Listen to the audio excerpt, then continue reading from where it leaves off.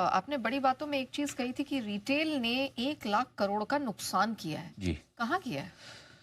यही इसी बाज़ार में। अच्छा। देखिए, कल फिर से सेबी की तरफ से एक नई स्टडी आई वित्त वर्ष 2024 के बाद। अब उन्होंने वित्त वर्ष 2025 यानी कि अप्रैल 2024 से लेकर मार्च 2025 की एक रिपोर्ट बनाई है। इस रिपोर्ट में उनका कहना है कि 91% रिटेल ट्रेडर्स ने डेरिवेटिव सेगमेंट में नुकसान किया है।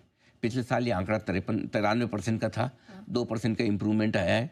प्रॉफिट बनाने वालों में, नुकसान करने वालों में 2% की कमी आई है। लेकिन बहुत खुश होने वाली बात नहीं है। क्यों? क्योंकि भले परसेंटेज भले 2 घटे हों, लेकिन नुकसान की मात्रा बढ़ गई है।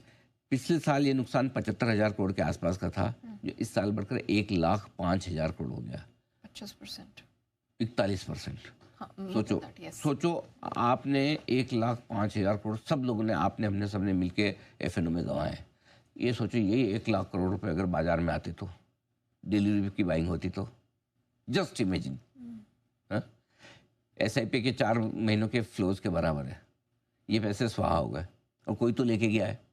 या तो कोई एल्गो ट्रेडर्स ले गए होंगे, कोई स्मार्ट ट्रेडर ले गए होंगे, कोई जेन स्ट्रीट जैसे ले गए होंगे, पता नहीं कौन लेके गया है। करेक्ट। एफएनओ पर जो सेबी ने सख्ती की है, उससे इंडिविजुअल ट्रेडर्स की संख्या घटी है।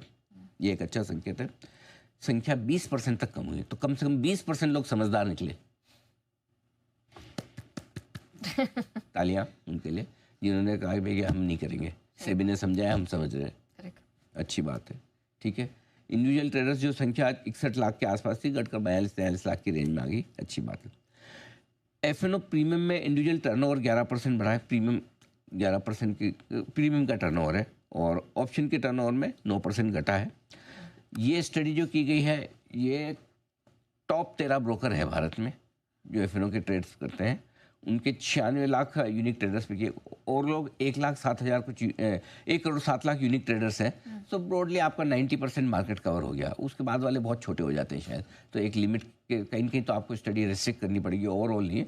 बट ये इंडिकेटिव आंकड़े हैं, ये इस तरह बता रहे हैं कि अगर आप इसमें एक सिंपल सी चीज़ एक ही है, जब आप ऑप्शन ट्रेड कर रहे हैं as a retail trader,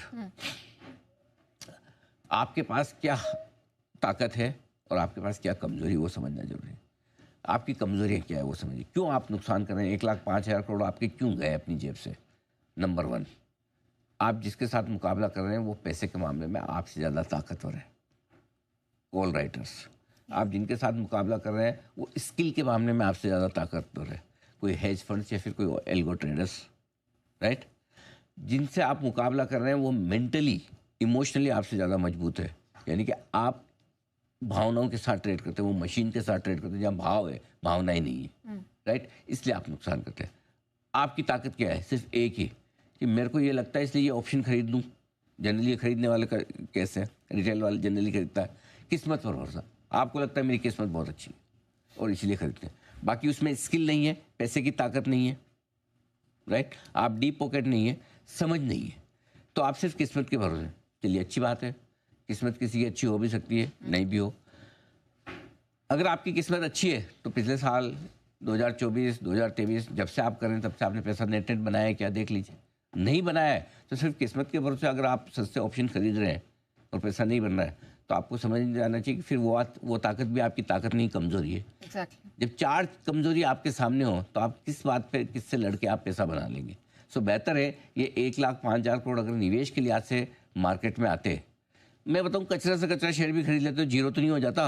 1,05,000 crore zero तो नहीं हो जाता ना। कितने खराब इन्वेस्टर हो, इस तरह के मार्केट में आप कितना नुकसान कर लेते हैं? 20%, 30%, 40%, 60% तो बचता। करेक्ट। 60 लाख करोड़ तो बचते 1,05,000 करोड़ में से, जीरो तो नहीं हो जाता। तो इसलिए अभी भी सोचने समझने का, जागने का समय है कि आप जिनसे मुकाबला करने जा रहे हैं उनके पास स्किल है, सिस्टम है, प्रोसेस है, पैसा है, सब कुछ है। आपके पास सिर्फ किस्मत है। अगर आपकी किस्मत वाकई में अच्छी है, अगर आप 9% में है जो पैसा बना रहे हैं, बहुत बढ़िया, वेरी गुड, और करिए, कोई दिक्कत नहीं है। अगर किस्मत है और अगर आपकी स्किल्स है, बिल्कुल करना चाहिए। ट्रेनिंग करना कोई गलत बात और बुरी बात नहीं है, लेकिन अगर उसका रिजल्ट नेगेटिव आ रहा है तो कहीं कहीं फुल स्टॉप लगाने की जरूरत है। Okay. बता दूं भाई, तो आज 11 बजे हम एक विशेष शो करने जा रहे हैं आपके लिए। तो जो कुछ भी जेन स्ट्रीट में हुआ है वो क्या हुआ, कैसे हुआ, और इस सिस्टम को किस तरह से उन्होंने मैनिपुलेट किया। और ये इसको करने के पीछे पर्पज़ ये नहीं है कि जैन स्ट्रीट ने क्या कैसे किया, वो तो ठीक है आप समझे। इसके पीछे पर्पज़ ये जो आज कल ही ये जैन स्ट्रीट का जो ऑर्डर आया पिछले हफ्ते, प्लस जो सेबी की स्टडी आई, तो हमें लगा कि एक बार रिटेल ट्रेडर्स को ये समझाना ज़रूरी है कि किस तरह से आप नुकसान से बचें। इसलिए आज ये शो करने के पीछे मकसद ये है कि एक तो ये हम पूरा बताएंगे कि ये कैसे हुआ, क्यों हुआ, और किस तरह से इसमें रिटेल ट्रेडर्स का नुकसान हुआ है, जो स्टडी भी बता रही है। दोनों चीज़ों को साथ में रख के हम आज ये विशेष शो करने वाले, मिस मत कीजिए। चलिए 11 बजे इस खास शो पे नजर रहेगी, लेकिन सर